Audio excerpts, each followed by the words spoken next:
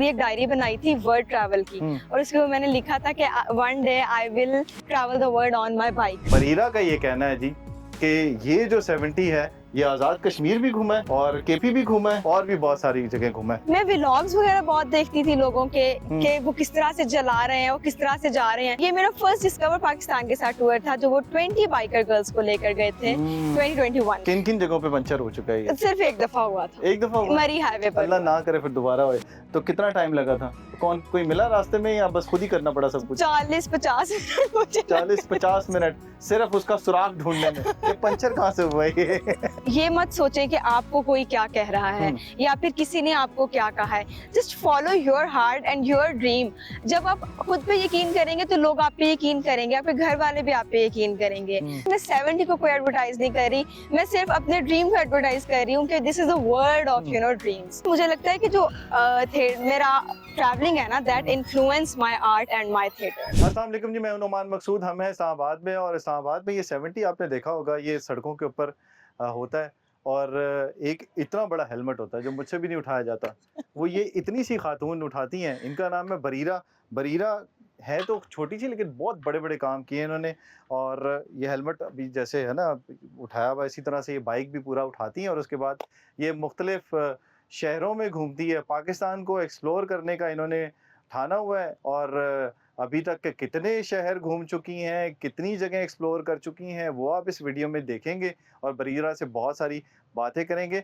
और इसके साथ साथ आपको ये बताएंगे कि 70 लेके चलना इन जगहों के ऊपर जहाँ पर पहाड़ होते हैं, बर्फीली रास्ते होते हैं और बहुत सारी जगह होती हैं, कितना मुश्किल और कितना आसान कर दिया इन्होंने।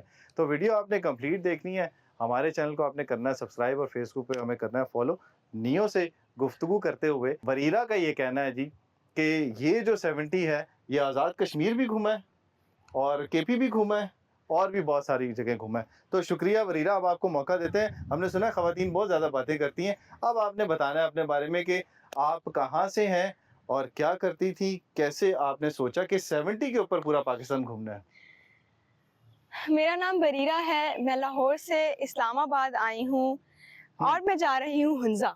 अब हुंजा जा रही हैं? हुंजा जा रही हूँ CD70 होंडा पर। मैं तो होंडा लेस। होंडा ही लेसा। ये बताएं कि अब ये जो होंडा 70 है किन किन जगहों पे घूम चुका है और कितने सालों से आपके पास है? पहली बार इसके ऊपर ट्रैवल कब किया था आपने? सोचा कब था कि राइड करना है बाइक के ऊपर और उसके बाद इतना बड़ा जो है वो सोलो राइड का प्लान करना है आपने? सोचा तो मैंने बहुत पहले था, जब मैं 7th 8th क्लास में थी। मैंने पूरी एक डायरी बनाई थी वर्ल्ड ट्रैवल की, और उसके ऊपर मैंने लिखा था कि one day I will travel the world on my bike. और उसके बाद ये वाली बाइक 2019 में मेरे फादर ने ली थी और मेरे पापा ने 2009 में आपके बाबा ने ली थी? 19 में ली थी। अच्छा 18-19 ठीक है। और ये उन्होंने कभी नहीं चलाई। फिर मैंने सोचा कि ठीक है, वो नहीं चला रही तो मैं चला के देखती हूँ क्या हो जाता है। मुझे बचपन से ही साइकिलिंग करने का बहुत शौक रहा है, तो मैंने जब साइकिल सीखी साथ ही मैंने कहा मुझे बाइक सीखनी चाहिए। मैंने फिर बाइक सीखी। मैं व्लॉग्स वगैरह बहुत देखती थी लोगों के कि वो किस तरह से जला रहे हैं, वो किस तरह से जा रहे हैं। और मेरी मम्मा भी कहती होती थी कि इन्हें ना किस दिन भज जाना है। हाँ, मोटरसाइकिल थे। तो इसलिए ना ये क्यों देखती है इस तरह की चीजें यूट्यूब पे बैठ के। तो फिर मैंने उन्हें मेरे इंटरेस्ट तो समझ आ गए थे। फिर मैंने ये बाइक सीखी अपने कजन से, अहमद वहीद से। और मैं लेके चल पड़ी टूवर्ड्स आजाद कश्मीर। और ये मेरा फर्स्ट डिस्कवर पाकिस्तान के साथ टूर था जो वो 20 बाइकर गर्ल्स को लेकर गए थे 2021 में। अच्छा, तो अहमद वहीद से आपने बाइक सीखा, फिर आप कश्मीर निकल गई। पीछे अहमद वहीद को सही फैंटी लगी होगी ना कि तू सिखाया उन्होंने, है ना? मैं बाइक पे बैठती थी और मैं इसको ना बैलेंस करती थी। तो मेरे पापा ने जब देखा, कहते कि ये तो गिर जाएगी किसी दिन, तो इसको सिखा ही देते हैं। हाँ, ऐसे तो है। इसलिए फिर उसको फैंटी नहीं पड़ी, वो तो मुझे ही पड़ी। अच्छा, अब ये बताएं कि 70 के ऊपर फिरना कितना आसान है और इसकी जो जाहिर है 70 बाइक है और उसके बाद पहाड़ भी चढ़ने होते हैं आपने, पथरीले रास्ते भी होते हैं, रोड्स भी होती हैं, फिर उसके बाद गर्मी भी होती है, मौसम भी ख़राब होता है, कहीं पे मौसम बड़ा अच्छा भी होता है।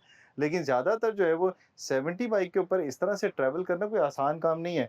जैसे आप व्लॉग्स देखती थी उसके अंदर तो ज़ाहिर है 150, 500, 300, 1100 इस तरह के सीसी के बाइक्स होते थे और उन्होंने पूरी मतलब दुनिया नहीं फिरना तो कम से कम एक शहर से दूसरे शहर जाने के लिए बहुत जगहों पे स्टॉप भी करना पड़ता है। तो 70 को लेके चलना कितना आसान और कितना मुश्किल है? मैंने कभी ये नहीं सोचा कि मेरे पास ये चीज होगी तो मैं ये करूंगी। मेरे पास जो अवेलेबल है मैं उसके साथ ही अपना आशियाना बनाने की कोशिश करती हूँ।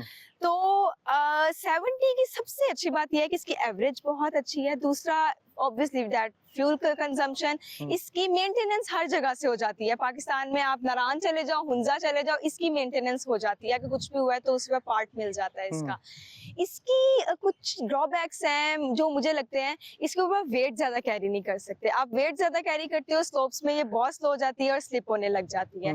दूसरा इसका ये है कि इसकी रोड ग्रिप, जब अगर स्नोई पाथ है, जैसे कि ठंडियानी जब मैं गई थी वहां पे बर्फ पड़ी हुई थी और मेरी बाइक वहां पे अच्छी खासी स्लिप हो रही थी, but this is not about the bike, this is about the biker. So एना जो बाइकर एड्डा बड़ा बाइक तो स्लिप तो होना है उसने ना, तो फिर एक बंदा और बिठाना पड़ता है उसके ऊपर। नहीं, दिस इज अबाउट हैंडलिंग। अच्छा, you know, you handle it right. तो वो मैं ले गई थी, लेकिन ऑब्वियसली स्लिप तो हो रहा था ना वो।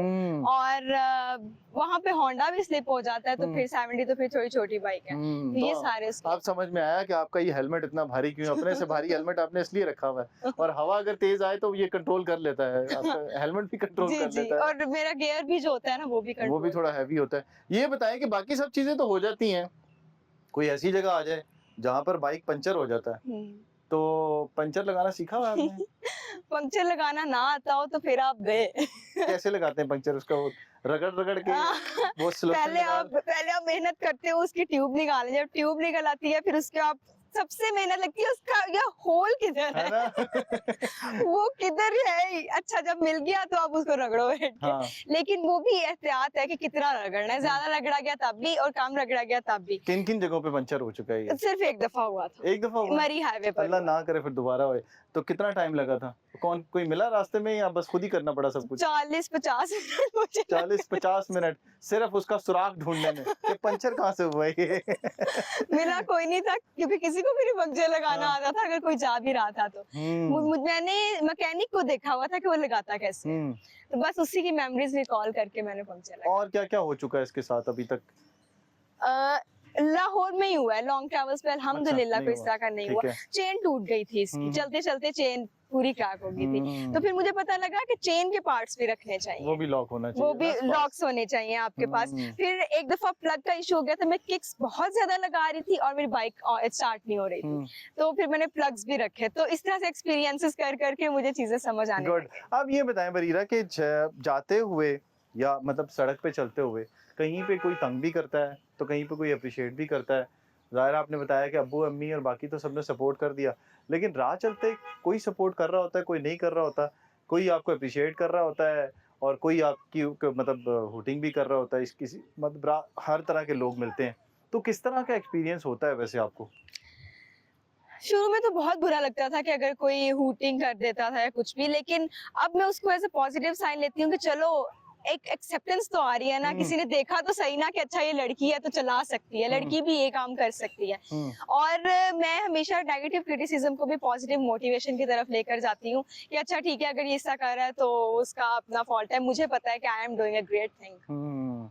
तो अब क्या सोचा है कि मतलब आप सोचती थी कि मैंने ट्रेवल करना है, ठीक है, अब आपने कुछ ना कुछ तो मतलब अपना जो गोल था थोड़ा बहुत तो अचीव कर लिया होगा, उसके बाद क्या करना है?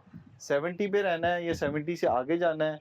पाकिस्तान में किन किन जगहों को एक्सप्लोर करना है और उसके बाद क्या करना चाहती हैं आप? देखिए मैं कोई 70 की एडवर्टाइजमेंट नहीं कर रही। I am just living my dream. और मैं एक खास तौर पे ये वुमेन के लिए मैसेज है कि आप ये मत सोचें कि आपको कोई क्या कह रहा है या फिर किसी ने आपको क्या कहा है।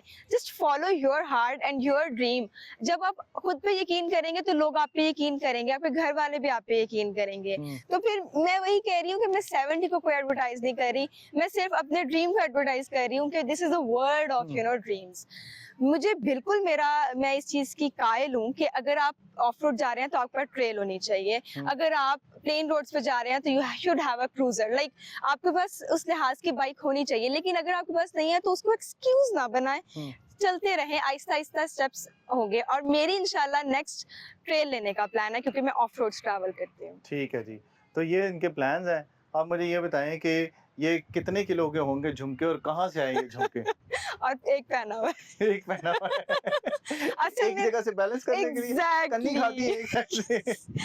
अच्छा, आर्टिस्ट लोग सारे ऐसे ही होते हैं। हाँ। अच्छा, आप ये बताइएगा कि आप जैसी बहुत सारी लड़कियां हैं, बच्चियां हैं, बहुत सारी फील्ड के अंदर तो वो मतलब आगे निकलना चाह रही हैं और आगे निकल भी रही हैं।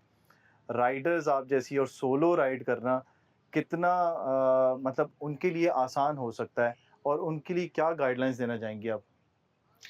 सोलो राइड आसान नहीं होती। पहली बात, आपको हर सिचुएशन के लिए तैयार होना पड़ता है। मुझे एक टिप मिली थी बहुत, मुझे आई डोंट रिमेम्बर किसने दी थी, लेकिन वो टिप बहुत अच्छी थी। उसमें ये था कि वर्स्ट पॉसिबल प्रॉब्लम देख के चलना है कि क्या वर्स्ट हो सकता है अगर मैं ये स्टेप लेती हूँ। अगर मैं रात को ट्रैवल करती हूँ तो क्या वर्स्ट हो सकता है, जैसे कि मेरी बाइक पंक्चर हो सकती है, मेरा प्लग निकल सकता है, मेरा वो चेन खुल सकती है। तो मैंने अपने सारी चीजें रखी हुई हैं अपने पास, तो उसका सोल्यूशन ढूंढना है, फिर you are good to go. क्योंकि आपका एक माइंड सेट होता है ना, आपने अपना माइंड बनाया होता है कि अच्छा ये हो सकता है तो फिर मैं उसके लिए ये करूंगी। तो हमेशा कभी ये ना कहें कि ये नहीं होगा, हो सकता है, कुछ भी हो सकता है when you are riding solo. तो पहली बात, अपनी इंस्टिंक्ट पर बहुत ज्यादा यकीन करें। अगर आपको लग रहा है उस जगह पे नहीं जाना तो डू नॉट गो देयर। अगर आपको लग रहा है आपकी बाइक नहीं चल सकती तो उधर मत जाए। हमें लगता है कि ट्रैवलर्स कंफर्ट जोन से बाहर निकलते हैं, लेकिन ट्रैवलर्स का भी एक कंफर्ट जोन होता है।